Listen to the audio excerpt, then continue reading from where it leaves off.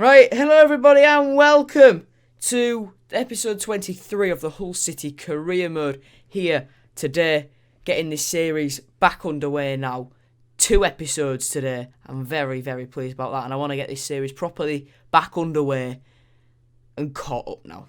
So the first game of this championship season, first game of this episode in the championship is against Millwall at the Den. Keane Lewis Potter would give Hull City, us, the Tigers, the lead in the 21st minute, and has clearly got his motorcycle licence. So he's just getting some much needed practice in. But Jean Dabby Bodvarsson would get Millwall level just about 15, 16 minutes later on. And just on the stroke of half-time, Millwall will come forward again here with Conor Mahoney. Jared Branthwaite comes out to meet him, but that leaves a gap for Jean Dabby Bodvarsson, who slips it underneath George Long. And Millwall take the lead at the break. Now, I don't really remember too much about this game. If I was being completely honest with you. But what I can tell you is that in the second half, it got a whole lot worse. Bodvarsson would play through Ben Thompson there, who just neatly roll it past George Long to make it 3-1 to Millwall. And it wouldn't get much better for us. It would not get much better. It would get worse before it got better for us. As Bodvarsson at the heart of it all again, he'd found Ben Thompson. Ryan Leonard would beat Nico Williams in the air. That is shocking aerial defending from Nico Williams. Absolutely woeful from the former Liverpool man.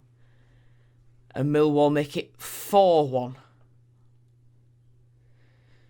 But we would try our hardest to make our way back into it. Emmanuel play through Lewis Potter, who'd find Jack Byrne, who beats a man, puts it into the far bottom corner, picks the ball up, wanting to get the game started quick. We would do, but it wouldn't matter, because we would not make any more inroads on Millwall's lead. And from 1-0 down, we ended up losing that game 4-2. Next up against Preston, this one was an absolute rollercoaster. In the first half, we were so poor, and defending like that tells you why. As Johnson gives Preston the lead in the 14th minute. This first half, we just could not defend to save our lives. And I instantly knew, as soon as the January transfer window was about to open, pretty much right after these next 2 or 3 games, I knew as soon as that window opened that we wouldn't have money to invest in the defence. But in the summer, whether we were in the Championship or in the Premier League, I'd have to invest in the back line, because defending like that, as they'd make it 3-0, you just can't legislate for it. It's so poor. And yes, part of it is me being an absolute clown, but some of it surely has to be the AI players' actual stats. But we would come back into it. Greg Doherty would hit the post, but it would bounce out to Jack Byrne, who would make it 3-1 just 8 minutes after Preston got their third. So we were on the comeback trail. It was a long trail, but we were on it nonetheless. Ben Pearson would whip a free kick in. Doherty would head clear. Lewis Potter would help it on. Jack Byrne on the counter would get in behind Bayliss. He'd shake him off. He'd keep going with the Irishman. He'd leather it into the bottom corner. Picks the ball up. Says, come on, we can still win this. Took him 10 minutes. Well, there was 10 minutes in between his 2 goals. And he'd looked to play Semenyo through there. Didn't quite happen though. But Preston sloppy in defence. Clark plays it to Byrne. He finds James Scott. Jack Byrne at the heart of it all. James Scott in the 70th minute picks the ball up and says, we can win this now. And the next big opportunity would come in stoppage time. James Scott would find Jack Byrne. He'd lay it off to Greg Doherty. And we did it. 56th minute, we got our goal. to make it 3-1, and we turned it around by the 91st. Jack Byrne at the absolute heart of it all. Moving on then into our FA Cup adventure as the January transfer window opens. We would make a lot of changes. We'd face League One Plymouth Argyle, a team who gave us a bloody good run for our money last season. They beat us 2-0 at their place down south, and it'd take 72 minutes for the deadlock to be broken. It'd be Plymouth who would do it. Frank Nubler would give them the lead, and just 10 minutes later they'd come forward again. Nubler would play through Reeves. It was saved by Alex Palmer. Loyce couldn't get a shot off, but it'd fall to Nubler, and he would. And we would not make it past the third round of the FA Cup. We just couldn't do anything. We had one shot in the entire game. We could not get forward at all.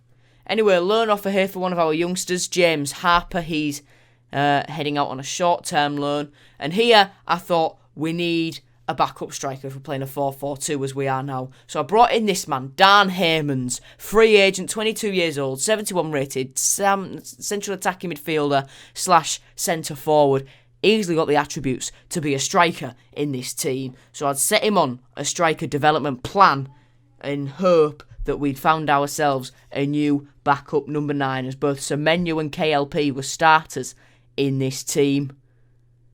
Against Swansea, where Heymans would make his debut off the bench, I can tell you that. Malik Wilkes would give us a 1-0 lead. And yeah, Heymans had come on as a second half substitute in this game.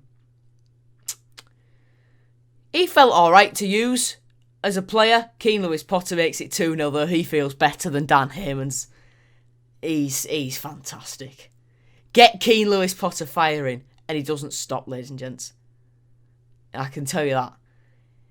If you're looking for a wonder kid who's got fairly decent mid-70s potential, that if you play a lot can dynamically get up high, you've got Keane Lewis Potter, and you've got Malik Wilkes there as well. I mean, our front three in this game, well, our usual front three playing a 4-3-3, Wilkes, Lewis Potter, and Scott as Byrne there, another good player, makes it 4-0. All three of them, I'd recommend you picking up if you're gonna play them, because if you don't play them, they're just gonna rot in your reserves. But if you're gonna play them, they can get up to ridiculously high ratings if you get them firing as well. However, our clean sheet would be rained on. Jay Fulton turned Brandon Fleming there, kept it going, found Wind, found Fulton again, and he'd put it in at the near post past George Long for 4-1. And it was at this point which I introduced to the KCOM fans Dan Heymans. Swansea free kick. Branthwaite heads clear. Matt Grimes would pick it up though. Jan Dander is tackled by James Scott. Brandon Fleming gives it back to Scott. Byrne breaks away now. Jack Byrne keeps going. Plays it into Keane Lewis Potter. Lewis Potter finds Dan Heymans, the Belgian, on his debut. Gets himself a debut goal for his new club. His first venture into English football, I believe. And there he is. Getting himself a goal on his debut. You love to see it. And the delegation for a short-term loan for James Harper has been accepted, and he goes out to Ingolstadt on a short-term loan deal, heading to, I'm not sure if Ingolstadt in this career mode are in the Belgian second tier or third tier anymore, but heading to the Belgian, German leagues regardless. Antoine Semenyo, though, against QPR, someone who would not be heading out on loan because he's on fire, gave us a 1-0 lead against Queen's Park Rangers at the KCOM Stadium. This game was fairly quiet. No team could really get any decent, meaningful chances until Todd Kane came forward against his old club. Fair enough, Todd, you know what I mean? Fair enough. But yeah, so QPR were the better team. We couldn't create anything meaningful. As soon as the second half, it was one-way traffic. They were absolutely all over us. We couldn't afford to dwell on that draw, though. We had to head to the Medeski Stadium to take on Reading. And straight from kick-off, their kick-off, may I add, Jack Byrne wins the ball, beats Liam Moore, and makes it 1-0 after just 1 minute and 51 seconds. You can count in real time how many seconds it took him to give us the lead there. Bear in mind, Reading had kick-off. And Semenyo, back to KLP, that's 2-0 in 11 minutes. Absolutely, and dare I say it, mesmeric. I know some of you lot like that. Anyway. Semenyo would find KLP. KLP would flick it to Jack Byrne, who'd find James Scott. Kept himself onside. Very good stuff there from James Scott to make it 3-0 in just 27 minutes. A goal every 9 minutes. Fantastic. And it would take a little longer for the next goal to come. Keane Lewis Potter would be played through by Antoine Semenyo. He'd cut back. Absolutely majestic finish there by KLP. We were on fire in this game. We were absolutely on fire. Every time we went forward, we looked menacing and we looked as though we were going to grab a goal. In the 66th minute, we came forward again. Jack Byrne found Antoine Semenyo, who slips it through the legs of the goalkeeper. How ever so cheeky. And judging by that celebration, he's been slipping it in between the legs of his partner. But you get it because he did a cradling a child. Whatever. Anyway, defensive mishap there to make it 5-1. Clean sheet ruined. I mean, based on that joke, which I just made about Semenyo, about a couple of pixels on a screen, getting up to no good. We deserved to lose the clean sheet, didn't we? We absolutely deserved to lose the clean sheet. Sip of water there. Anyway, next up, Derby at the K-Com. We had a brilliant encounter with them earlier in the season.